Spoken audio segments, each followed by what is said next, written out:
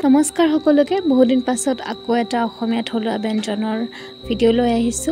ভিডিওটি সকলোকে চাব আজি মায়ে বনাব বুঢ়া তিয়হৰ খাৰ ঘৰতে লগা তিয়হ হয় তাকে ভালদৰে কাটি মেলি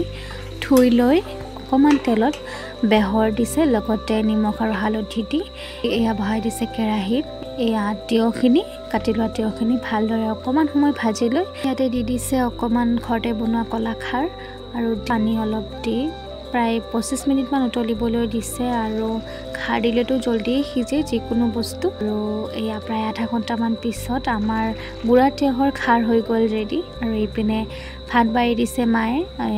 মই অলপ সজাই লৈছো যেহেতু ভিডিও বনাইছো ইপিনে কৰ্দৈ টক কেঁচা কৰ্দৈ টক এইবিলাক সব আমাৰ অসমীয়া থলুৱা খাদ্যই হয় লগতে